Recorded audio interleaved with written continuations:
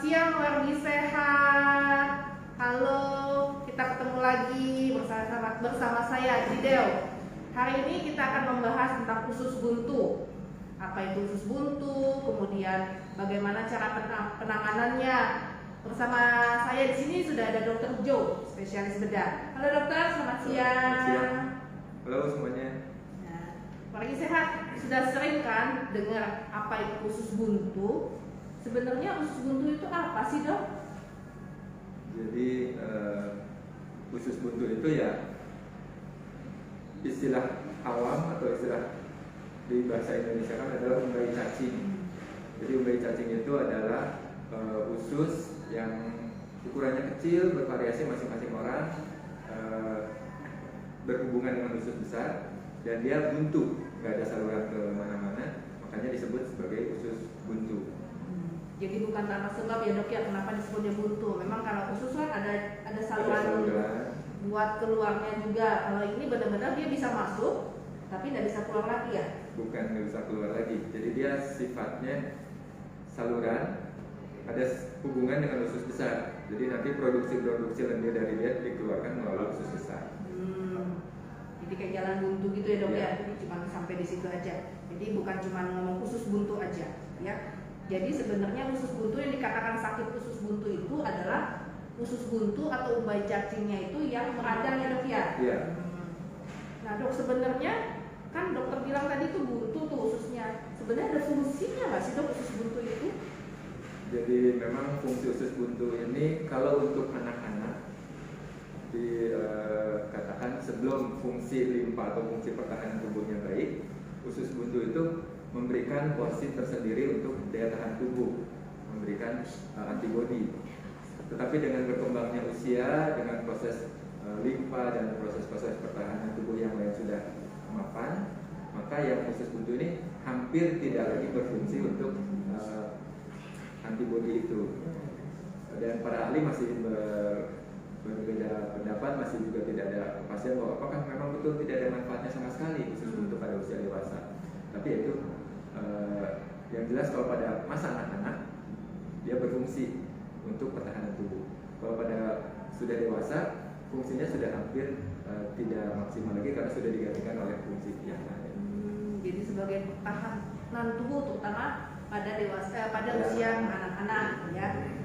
Kemudian, nah yang menyebabkan radang usus buntu tuh apa sih dok? Atau kan suka orang awam bilang saya teh nggak makan cabai, nggak makan biji-bijian, kok bisa kena usus buntu? Ada hubungannya nggak dok? Jadi mungkin saya akan coba jelaskan bagaimana seseorang bisa terkena radang usus buntu. Tadi kan dikatakan ususnya buntu, ya, jadi dia hanya punya satu saluran. Ada beberapa penyebab yang menyebabkan saluran untuk keluarnya itu tersumbat. Penyebab sumbatan itu banyak macam-macamnya. Ada yang sumbatannya langsung dari dalam, ada yang dari dindingnya, atau istilahnya kalau yang dari dalam itu, misalnya ini ada saluran, ini usus buntu, ini ke usus besar. Di sini tersumbat oleh kotoran yang mengeras. Maka karena ini tersumbat, produksi dari lendir-lendir ini nggak bisa keluar. Juga bisa sumbatannya dari dindingnya, kelenjarnya bengkak, nyumbat begini. Kadang-kadang ada kelainan lain bisa menekuk si ususnya. Jadi salurannya harusnya panjang, menekuk jadi tersumbat juga. Semua berawal dari sumbatan ini. Karena ada sumbatan di rongga usus buntu, maka si lendir nggak bisa keluar, akhirnya bengkak di sini. Gembung-gembung isinya makin banyak. Karena ini nggak bisa dialirkan, kuman tumbuh di sini. Kuman tumbuh secara bersamaan, si dindingnya ini ketekan kuat-kuat, akhirnya pembuluh darah ke sini nggak bisa ngalir. Karena pembuluh darahnya nggak bisa ngalir, maka kekurangan oksigen, kekurangan makanan. Tekanan makin tinggi, kekurangan makanan juga, maka si dinding ususnya makin lama makin tipis, bisa pecah. Kalau si usus buntunya ini sudah pecah, maka si isinya ini akan keluar ke sini. Kuman, kotoran semua keluar, mengotori dinding rongga perut, dan itu yang menyebabkan dikatakan usus buntu pecah. Kalau sudah pecah, ya lebih berat. Ya. Jadi itu penyebab utamanya apa? Sumbatan. Kalau ini nggak ada sumbatan, ngalir terus nggak ada masalah. Jadi sumbatan ya dok ya. Jadi benar wargi sehat. Tapi bukan berarti sumbatan itu dari biji-bijian ya dok ya. Jadi secara penelitian dulu pernah ada beberapa penelitian yang dulu mengatakan bahwa biji-bijian itu paling hanya 10-20%-nya. Gitu. Jadi tidak banyak. Dan berdasarkan pengalaman saya selama ini mengoperasi pasien-pasien usus buntu, penyebab yang terbanyak itu adalah kotoran yang mengeras. Jadi ada usus besar, kadang-kadang ada kotoran lewat di sini, ada sebagian ngalir ke sini sedikit-sedikit dia bisa mengeras, membantu. Penyebab kedua yang paling sering setelah kotoran yang mengeras adalah peradangan si dindingnya. Karena si dindingnya radang, kerja getah benihnya membengkak, jadi dia menyumbat. Itu. Kalau biji-bijian selama saya praktek mengoperasi di Santo Yusuf, rasanya belum pernah menemukan penyebabnya karena biji. Biasanya kotoran yang mengeras.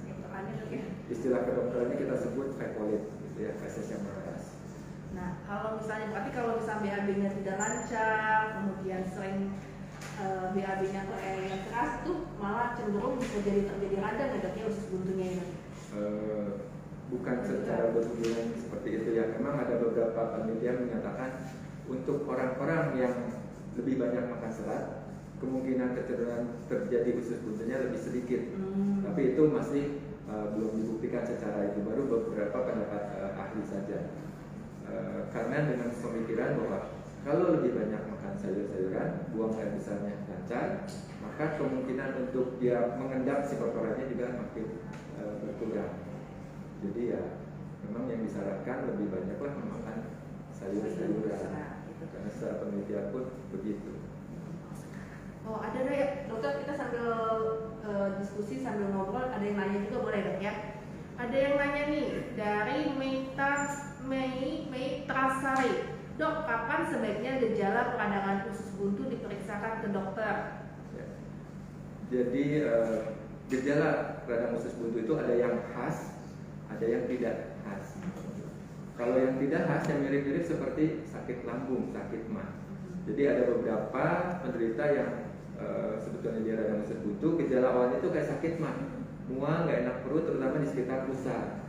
Nanti kalau dia sudah berkembang, dia baru pindah darinya ke perut kanan bawah. Jadi kadang-kadang kalau lagi awal-awal dianggapnya mah, dikasih obat mah. Kalau nggak sembuh-sembuh, baru kemudian ke dokter lagi. Jadi disarankan ya begitu ada gejala-gejala tidak enak di perut, yang paling khas itu adalah awalnya seperti sakit mah, minum obat mah nggak sembuh-sembuh, kemudian kok sakitnya jadi di perut kanan bawah, segeralah ke dokter. Karena nanti dokter akan memeriksa lebih lanjut apakah itu memang sakit mah, sakit lambung, atau memang ada hubungannya dengan radang usus buntu. Gitu. Jadi gejala paling khas dari gejala usus buntu akut itu adalah awalnya nyeri seperti sakit mah, sekitar ulu hati atau sekitar pusat. Beberapa jam kemudian, mungkin 4-6 jam, kadang-kadang sampai 8 jam, nyerinya jadi di perut kanan bawah. Lambungnya kok sudah mulai enak, tapi malah jadi di perut kanan bawah. Itu biasanya sangat khas karena radang usus buntu. Kalau sudah seperti itu, cepat-cepatlah ke rumah sakit. Jadi hati-hati ya buat orang sehat yang awal-awalnya kok lambung saya nggak nyaman nih, kok kayak sakit lambung, tapi nggak berapa lama kemudian bisa dalam waktu jam ya dok ya. Dari jam kok ngalir jalan ke kanan bawah nih, perut kanan bawah kok kerasa sakit nggak nyaman. Jadi kalau ada seperti itu jangan sungkan untuk langsung menghubungi dokter ya. Kemudian ada lagi yang nanya nih,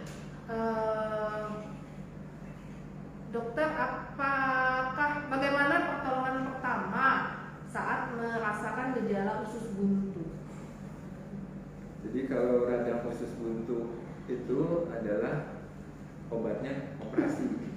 Jadi kalau misalnya memang ada keluhan-keluhan yang ke arah gejala nyeri ke arah peradangan usus buntu, memang pengobatan pertama ya harus segera ke rumah sakit.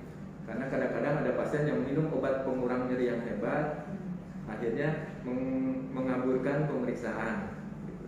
Ada yang langsung minum antibiotik, itu tidak dianjurkan, karena nanti akan mempengaruhi pemeriksaan. Jadi kalau sudah memang ada gejala yang khas mengarah ke arah radang usus buntu akut, ya lebih bagus langsung ke rumah sakit. Gitu.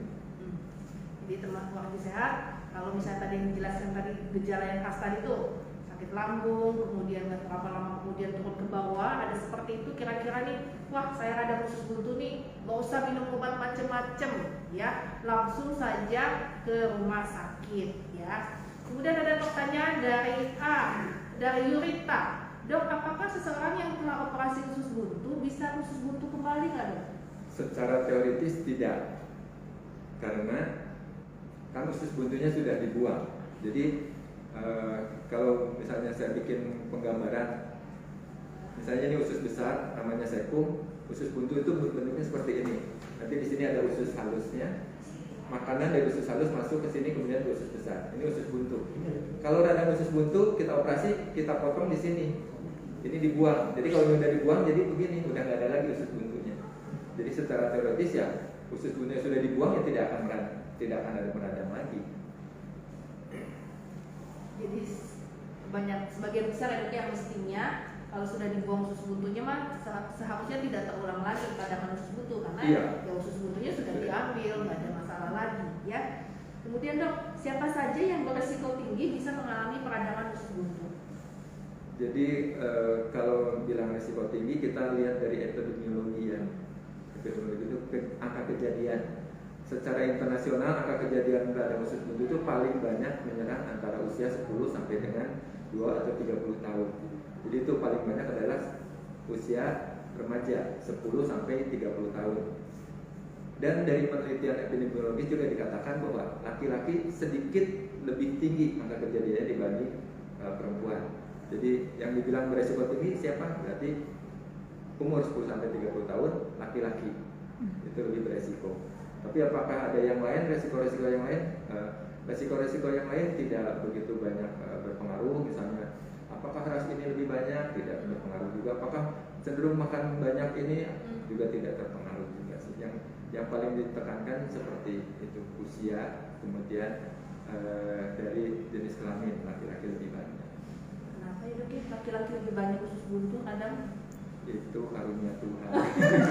Karena itu secara epidemiologi seperti itu yang ditemukan. Yang perempuan beruntung lah ya. Oke. Kalau udah usia dok 10 sampai 30 tahun itu kenapa kok lebih banyak pada usia-usia seperti itu? Sebetulnya yang namanya epidemiologi sih nggak bisa dijelaskan alasannya seperti apa. Karena kan itu mah hanya data secara epidemiologis. Gitu.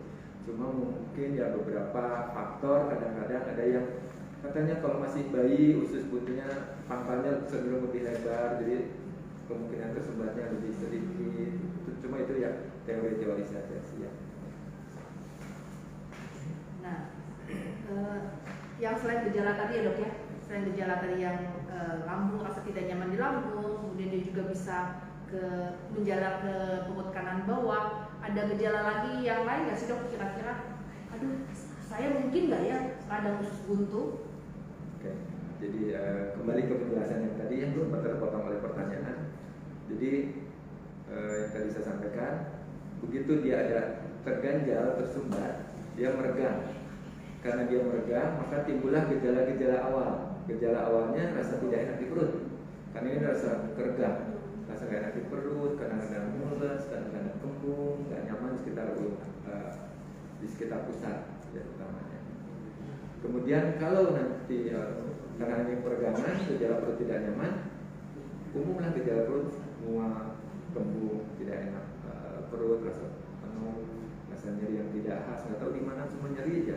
Kadang-kadang mules-mules, melilit bisa saja. Kalau si usus buntunya sudah makin meradang kemudian hampir pecah dan si dinding luarnya sudah mulai terkena peradangan, barulah ada nyeri di perut kanan bawah. Gejala lain yang menyertai bisa demam, tapi tidak harus demam, gitu ya. Kalau dia demam, lebih cenderung lebih memperkuat ke arah dugaan. Kadang-kadang bisa ada yang gangguan BAB mencret atau kadang-kadang malah susah berak. Jadi itu tidak khas juga. Ya, gitu. Kemudian kalau dari pemeriksaan laboratorium ya nanti itu di rumah sakit, misalnya leukositnya tinggi, kemudian ada sel darah putih jenis tertentu lebih banyak daripada jenis yang lain, itu di laboratorium. Tapi yang secara umum dari screening biasanya akan ditanyakan oleh dokter nyeri sejak kapan nyerinya, ada mual atau tidak, ada muntah atau tidak, ada gangguan nuansa atau tidak, kemudian apakah ada nyeri yang berpindah atau tidak, itu.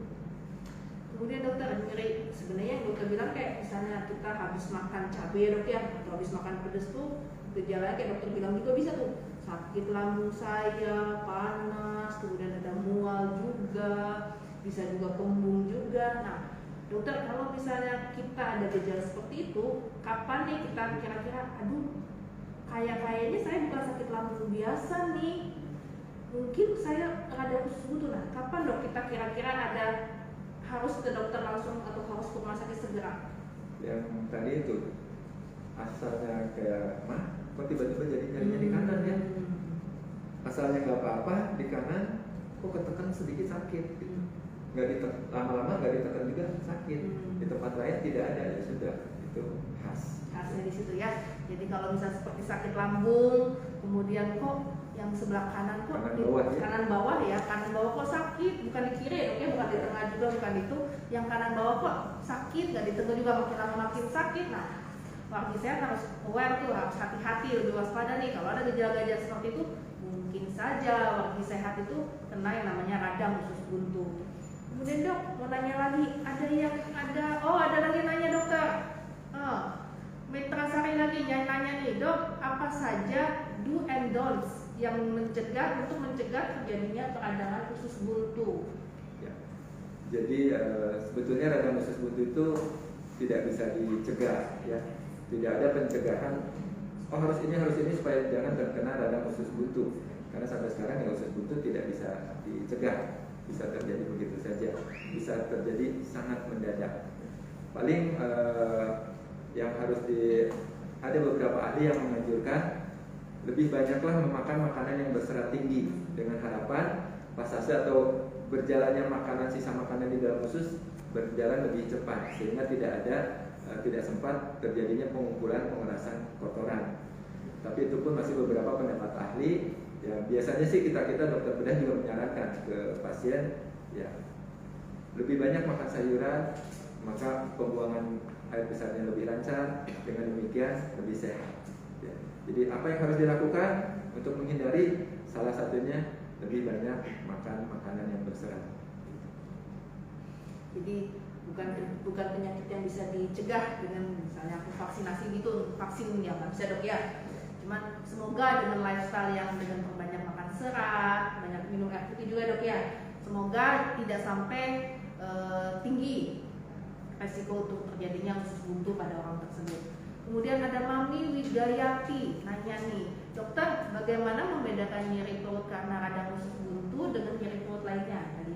Ya, itu memang gejala usus buntu itu bisa dari yang paling ringan sampai yang paling berat. Kalau yang khas sekali yang tadi saya sampaikan, nyeri sekitar pusar, kemudian kok pindah ke kanan bawah, itu mah khas sekali. Begitu datang ke rumah sakit, diperiksa dokternya juga biasanya tidak ragu. Tapi ada juga yang gejalanya ringan sekali, gejalanya ringan ya bisa beberapa jam, beberapa hari gejala nyeri perutnya nggak nyaman aja terus ya. Untuk bisa membedakan lebih jelas ya harus diperiksakan ke rumah sakit. Kalau ada nyeri perut yang bertahan terus ya beberapa lama ya lebih baik ke rumah sakit. Biasanya kalau yang namanya radang usus buntu akut, begitu dia ada nyeri, sebelum diobatin, sebelum intervensi, nyerinya tidak akan berkurang gitu. Nyeri terus-menerus. Kalau misalnya ada pasien pernah ada yang datang, dok saya diagnosa usus buntu, dok ini baru tadi pagi sakitnya masa udah langsung usus buntu? Nah justru itu, usus buntu itu dadakan. Kalau yang udah sakitnya sampai seminggu 2 minggu, nyeri hilang timbul, kita malah tidak terlalu curiga ke arah radang usus buntu. Harus kita berpikir penyakit yang lain. Justru yang gejalanya, yang keluhannya yang mendadak itu baru tadi pagi kok hitungan jam kok sudah langsung ya, itu ya dok ya?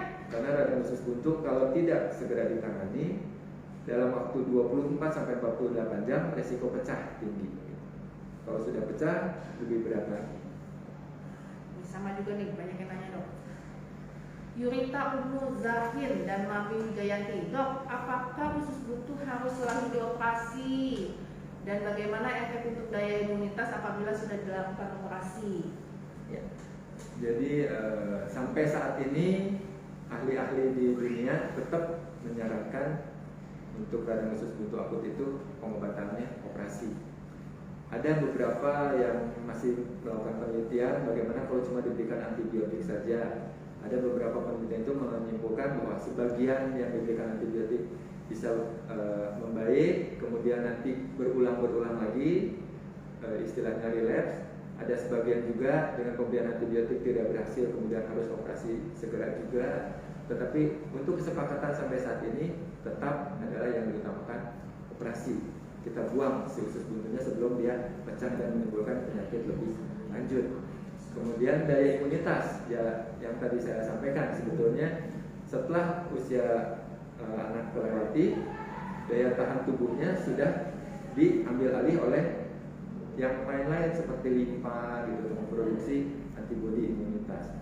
Dan di usus buntunya sendiri fungsinya sudah hampir tidak ada, jadi tidak berpengaruh terhadap imunitas atau daya tahan tubuhnya setelah dibuang usus buntu. Saya pun usus buntunya sudah diangkat. Jadi tidak ada masalah loh kalau udah dewasa itu ya. Oke, jadi seperti sehat tidak ada loh obat mau semahal apapun obat buat usus buntu nggak ada, hanya operasi ya dok ya. Sampai saat ini. Kemudian Nugraha Adi mananya, dokter ada pantangan makanan nggak buat penderita usus buntu? Kalau penderita radang usus buntu akut harus puasa untuk dipersiapkan operasi. Nanti setelah selesai operasi, setelah penyembuhan, tidak ada pantangan makan apapun, silahkan saja setelah penyembuhan. Ya. Biasanya kalau lagi awal-awal setelah operasi ya tentu makanan akan kita atur sesuai dengan berat ringannya kondisi saat operasi. Jadi yang penggemar cabai dok habis makan operasi usus buntu makan cabai lagi nggak masalah setelah ya? dia Ya? pulih makan cabai lagi silahkan. Buat penggemar cabai tambah bahagia ya.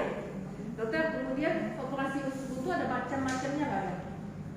Operasi usus buntu itu ada metodenya, beberapa metode ya. Yang metode yang biasa kita lakukan secara standar adalah dengan sayatan terbuka. Istilah kedokterannya laparotomi atau appendektomi ya. Jadi kita bikin sayatan, kalau usus buntunya belum pecah, sayatannya bisa kecil di perut kanan bawah saja, sayatan kecil.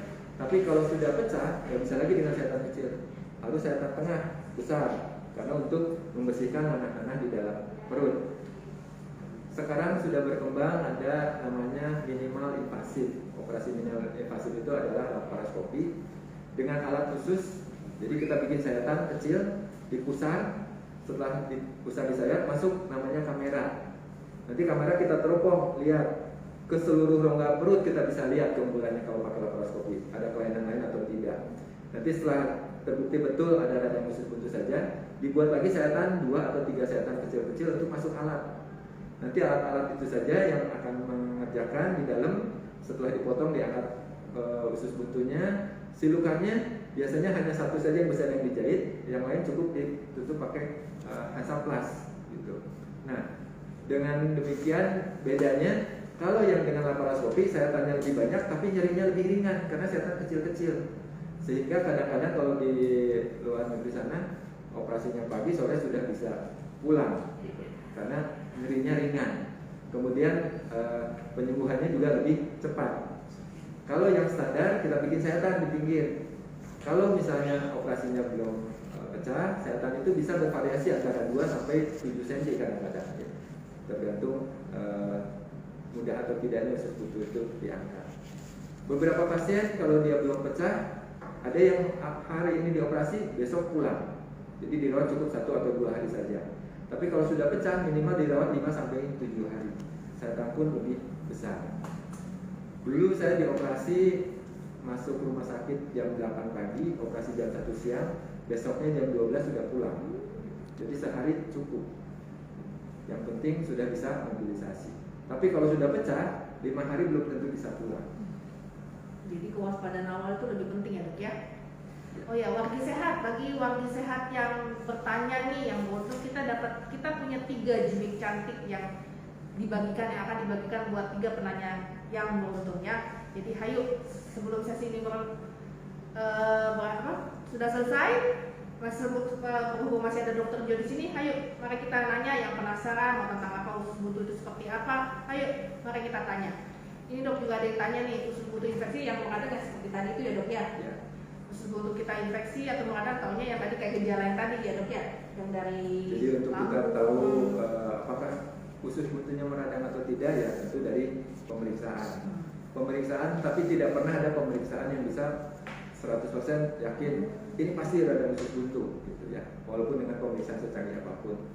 Yang paling utama adalah pemeriksaan fisik gitu. Kadang-kadang ada pasien dokter itu sudah memeriksa, ini mau jelas gejalanya khas. Yuk kita siapkan operasi. Kadang-kadang ada pasien, dok saya nggak mau operasi, pengen USG dulu. Ya, boleh saja kita lakukan, cuma berarti jadi memperpanjang lagi. USG butuh waktu lagi, butuh biaya lagi. Tapi secara umum sekarang sih kebanyakan pasien ingin di USG dulu. Sebetulnya akurat atau tidak sih pemeriksaan USG? Secara klinis penelitian itu USG itu akurasinya sekitar 80%, gitu ya. Jadi ada yang dikatakan dari USG ini radang usus buntu akut, saat dioperasi ternyata kok usus buntunya normal, itu ada. Ada yang dari USG menyatakan ini usus buntunya tidak terlihat, ini usus buntunya normal, tetapi klinisnya jelas begitu dioperasi betul radang usus buntu. Jadi jangan menggunakan USG sebagai patokan. USG itu adalah alat bantu. Jadi dokter-dokter bedah biasanya yang lebih diandalkan adalah pemeriksaan tangannya.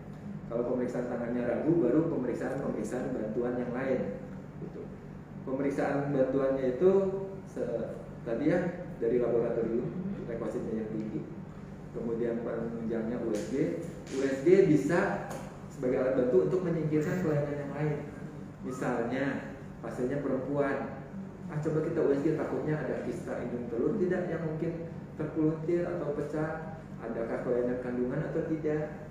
Kemudian pasiennya laki-laki atau laki-laki dan perempuan juga sama, kalau dokternya ragu, ini jangan-jangan infeksi saluran kencing atau batu ginjal nggak? Nah, USG bisa membantu menyingkirkan. Kalau nanti dari pemeriksaan USG ginjal normal, lain-lain semua normal, sudah kita lebih kuat, oh ya ini radang usus buntu. Tapi bukan patokan bahwa kalau nanti dari USG-nya usus buntunya jelas katanya radang menurut USG, tapi diperiksa perutnya nggak sakit, dokter bedah tidak akan mengoperasi karena akurasinya tadi itu 80%. Ada nggak yang lebih akurat lagi? Ada, CT scan. CT scan biaya lebih tinggi, radiasi lebih tinggi juga karena radiasi. Kemudian butuh waktu persiapan juga. Selain CT scan apa? Ada MRI.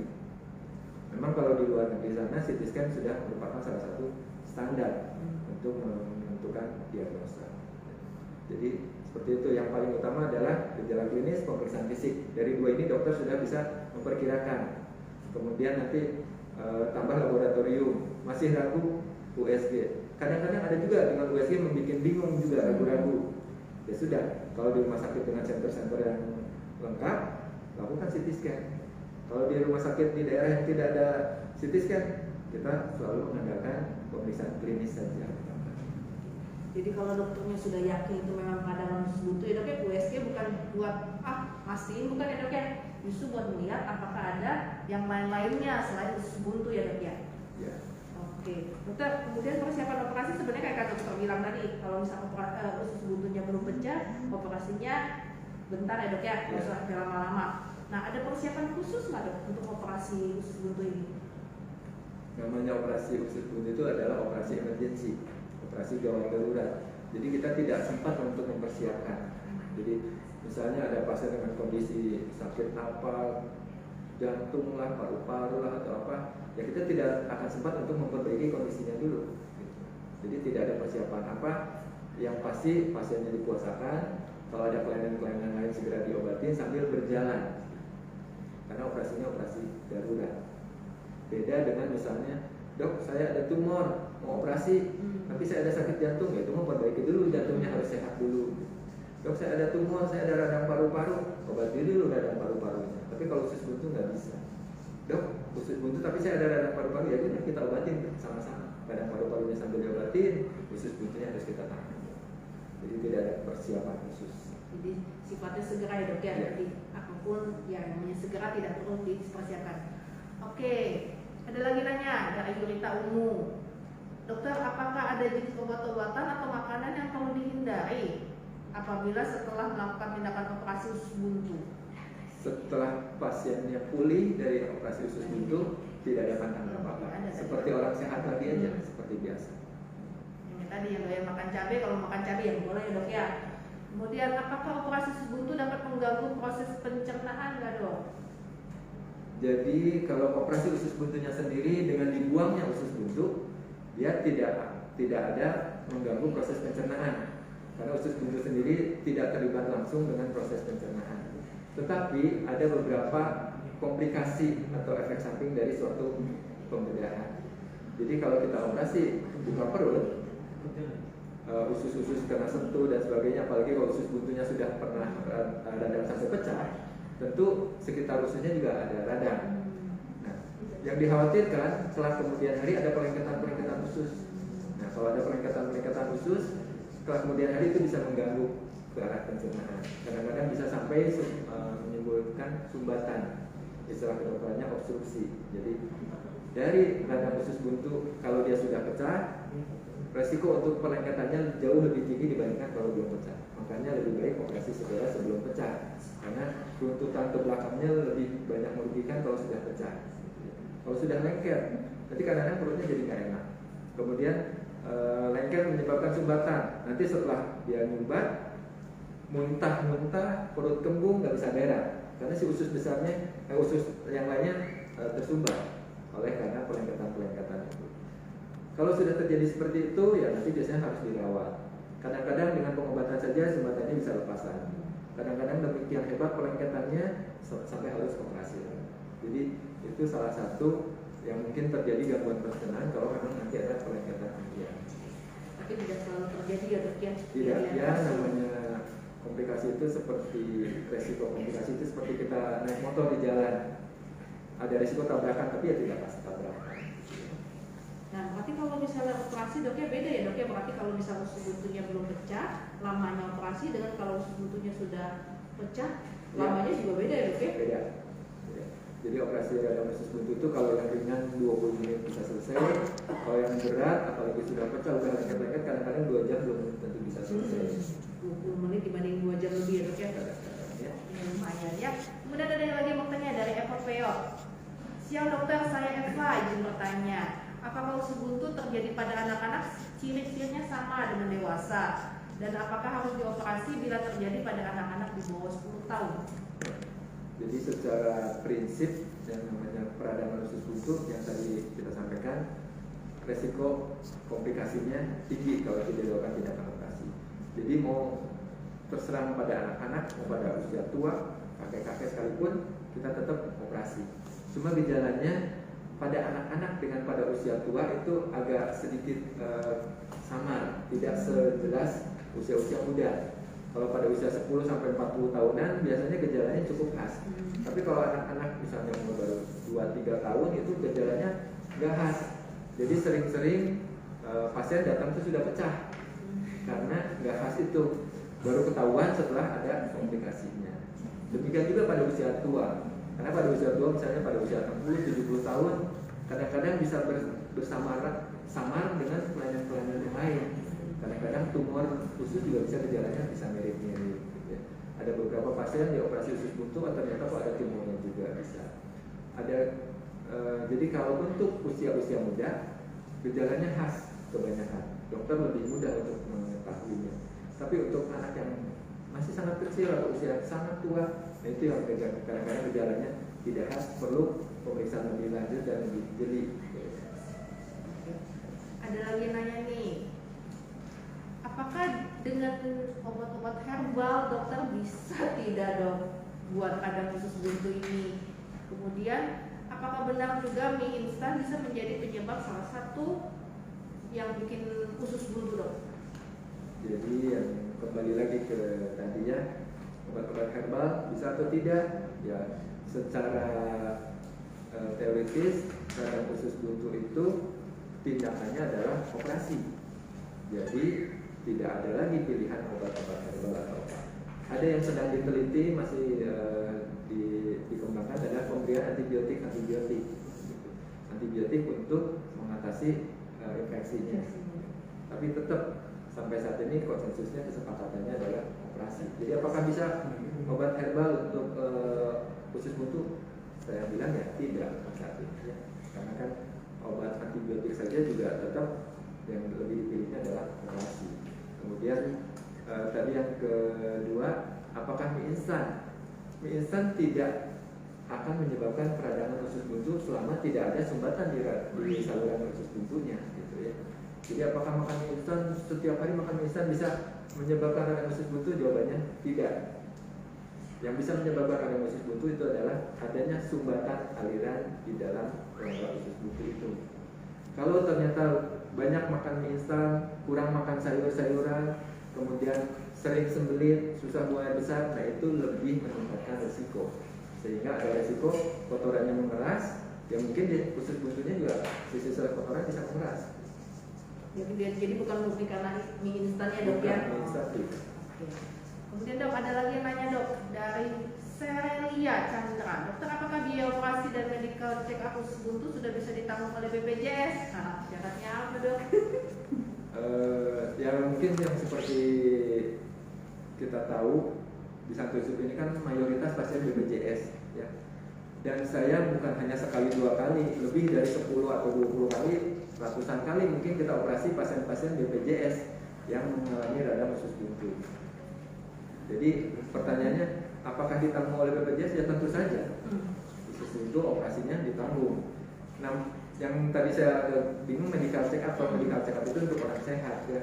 Kalau ada orang misalnya, dok saya pengen screening apakah saya ada kena radang usus buntu atau tidak, tapi sehat, ya nggak ada screening untuk mengetahui itu, gitu ya. Dan itu pasti namanya medical check up tidak sesuai dengan BPJS ya, yang setahu saya. Gitu ya. Nah, jadi kalau misalnya sudah ada gejala radang usus buntu, dokter perlu melakukan pemeriksaan, itu ditanggung oleh BPJS. Jadi kalau Sebatas indikasi ya. Tapi kalau pasiennya minta, dokter ini nggak ada indikasi untuk pemeriksaan USG, dok saya pengen minta, nah itu beda, itu permintaan pasien. Dok saya pengen CT scan supaya lebih jelas, lebih akurat, yaitu tentu tidak akan sesuai dengan BPJS. jadi memang kalau misalnya sudah dibilang sama dokternya nih ada usus buntu dan ada tindakan operasi, BPJS bisa dipakai. Tapi kalau kayak tadi dokter Jo bilang, aduh saya kok sakit kanan bawah ya, kok kira-kira usus buntu pengen di USG deh atau pengen CT scan, termasuknya check up ya dok ya, nggak bisa itu berarti sama dipakai BPJS. Nah kalau orang di sehat makin banyak nih, masih ada yang penasaran, masih pengen tanya-tanya atau nanti mau konsultasi dengan dokter Jo. Dokter Jo praktek di Rumah Sakit Santo Yusuf setiap hari dari Senin sampai Jumat itu jam 9 sampai jam 12 ya dok ya. Dan hari Sabtu, karena Sabtu kita agak lebih pendek, itu jam 9 sampai dengan jam 11. Kemudian wargi sehat juga sekarang kalau mau daftar ke Rumah Sakit Santo Yusuf, kita sudah punya aplikasi mobilenya namanya Halo RS Santo Yusuf. Itu juga sudah bisa menggunakan, mau pakai umum, mau pakai kontraktor atau mau menggunakan BPJS, wargi sehat sudah bisa menggunakan aplikasi itu. Jadi tinggal install aplikasi RS Santo Yusuf dan juga aplikasi JKN Mobile buat yang buat yang peserta BPJS-nya. Nah, buat peserta beruntungnya ada 3 nih, kita sudah dapat nama nih, ya. Nah, selamat buat Yurita, Umu Zahir, dan Mami Wigayati dan Metrasari. Nah, buat 3 yang penanya beruntung itu, nanti silakan menghubungi customer service kami di jam kerja tentunya ya, di 082116757299. Saya ulang ya, 082116757299, atau bisa langsung datang juga ke Rumah Sakit Santo Yusuf, menghubungi customer service yang di area lobi depan ya. Dr. Jo, terima kasih banyak dokter, menarik sekali, banyak sekali yang bertanya-tanya juga tentang usus buntu. Ini penyakit yang memang lumayan ya dok ya, sering terjadi, tampak sederhana tapi ternyata tidak sesederhana itu ya dok ya. Ada yang gejalanya khas, ada yang gejalanya juga tidak khas. Kemudian usia muda banget juga bisa kena, usia tua juga bisa kena, tapi mungkin usia muda yang terlalu muda atau yang terlalu tua itu agak jarang, tapi memang kalau kejadian juga gejalanya tidak sehas kalau misalnya usianya yang lebih antara 10 yang 30 tahun yang sering terjadi itu ya dok ya. Kemudian kalau misalnya Wakil Sehat juga mau tanya-tanya info layanan, bisa menghubungi Humas dan Marketing di nomor telepon yang tadi 082116757299, atau juga bisa di FB Santo Yusuf di @rs_santo_yusuf_bandung BDG, atau juga di IG-nya juga di @rs_santo_yusuf_bdg. YouTube. Oke. Selamat siang, terima kasih Dr. Jo, terima kasih juga Wakil Sehat atas partisipasinya. Nanti kita akan bertemu kembali di acara IG Live selanjutnya. Salam sehat.